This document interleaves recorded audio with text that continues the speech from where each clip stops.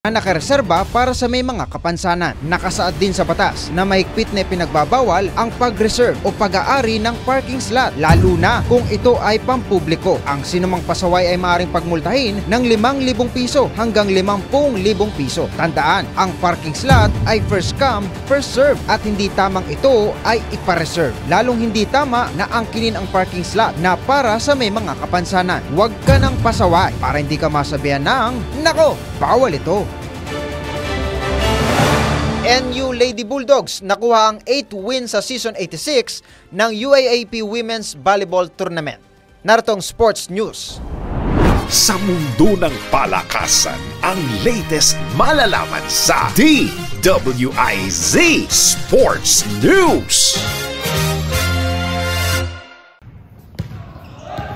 Abante na sa second seed na mayroong 8-2 win-loss record ang National University Lady Bulldogs sa Season 86 ng UAAP Women's Volleyball Tournament. Ito ay matapos nilang masweep ang sets kontra sa University of the East Lady Red Warriors. Pinangunahan nila Alisa Solomon at Rookie of the Year at MVP na si Bella Belen ang NU, kung saan pareho silang nagpakita ng stellar performance. Ayon sa kanila, same process lang naman palagi ang kanilang ginagawa, kung saan pinag-aaralan nila ang kanilang opponents at kahit nasa practice pa lamang ay pinupulido na nila ang kanilang game plan.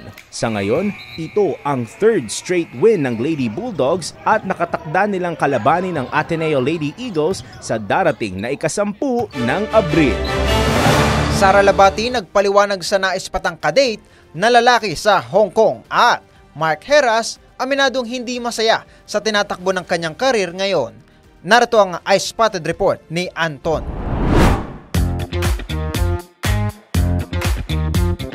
Para sa aking balitang showbiz, agad na nagpaliwanag si Sara Labati sa nag-viral na picture niya na may kasamang lalaki habang kumakain sa isang restaurant sa Hong Kong. Sa nasabing viral photo, makikita si Sara na nakaharap ang isang lalaki na kulay dilaw ng long sleeve polo, nakaputing pantalon at nakasalamin habang kumakain sila. Agad na kumalat ang nasabing picture na ipinadala ng isang netizen kay OG Diaz, kung saan nagkaroon agad ng espekulasyon na magkarelasyon ang mga ito. Ngunit sa interview kay Sara ng Showbiz Press, sinabi nito na totoong nagpunta siya ng Hong Kong para sa isang art convention, pero kaibigan lamang daw niya ang lalaking kasama niyang kumakain. Ayon sa actress, dream talaga niya na mag-travel at masaya siya dahil nagawa niya mag-travel mag-isa. Ang nasabing picture umano na kumakalat ay kaibigan lamang niya, as simple as that umano, kung saan marami raw siyang na-meet na mga kaibigan niya sa Hong Kong. Sinabi pa ng actress na hindi siya na-bother na maglabasan ng sabing picture dahil mas marami raw issue na dapat niyang ika-bother. Idinagdag pa nito na bilang babae, allowed naman daw umano sila magkaroon ng kaibigan lalaki at okay lang din daw sa kanya kung may mag-speculate na boyfriend niya na sabing lalaki dahil single naman siya. Samantala, sa isa pang balitang showbiz, kinumpirma ni Mark Heras na hindi siya masaya sa estado ng kanyang showbiz career ngayon. Sa interview ni OG Diaz sa aktor, sinabi nito na hindi siya masaya sa nangyayari sa kanyang career, bagamat grateful pa rin daw siya sa GMA Network dahil kahit paano ay nabibigyan pa rin siya ng proyekto.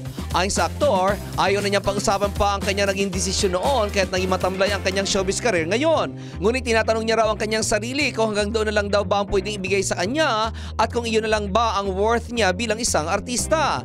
Kung hanggang doon na lang daw ang kayang ibigay sa kanya ay susubukan niya ang ibang swerte sa kahit anong trabaho sa industriya. Ngunit umaasa pa rin daw naman siya na mababago pang sitwasyon at maging okay pa ang kanyang career. Hindi naman daw niya sinasabi na wala na siyang career dahil may mga kumukuha pa rin naman daw sa kanya, kung saan never naman daw siyang nag-demand at tatanggapin niya kahit na anong role ang ibigay sa kanya.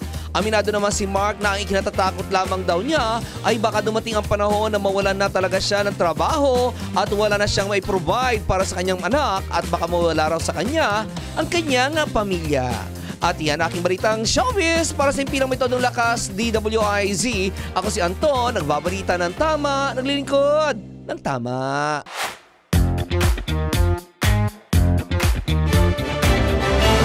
At bago tayo magtapos, meron tayong patama for today. Huwag mong habulin ang taong ayaw sa'yo.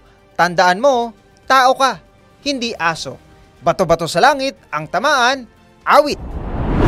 Tuloy lang ang panonood, pakikinig sa mga balitang tuloy-tuloy lang nangyayari. Tutukan ng DWIZ News, DWIZ News FM Regional at manood ng live sa Aliw Channel 23. Mag-like at subscribe sa lahat ng DWIZ Digital News accounts, Facebook, YouTube, DWIC News App at news website, DWIC TikTok at DWIC X account.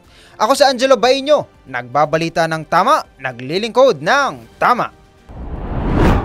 Mga balitang scoop exclusive! Mga balitang nangyayari pa at gusto mong malaman kung ano na ang latest scoop. Mga balitang hindi mo dapat bitawan at kailangan ng tutok. Mababalitaan lahat, hagip lahat sa DWIZ News Scoop! Naka-live sa Aliw 23 Free TV. Naka-live din sa DWIZ News. Naka-live din online. DWIZ Facebook, YouTube at DWIZ News website. Samahan ang buong puwersa ng DWIZ News and Research Team sa paggalugad sa buong bansa at buong mundo ng balita at impormasyon. DWIZ News Scoop! Maki-scoop 4 p.m. Monday to Friday kasama si Dennis Antenor Jr. DWIZ News Scoop!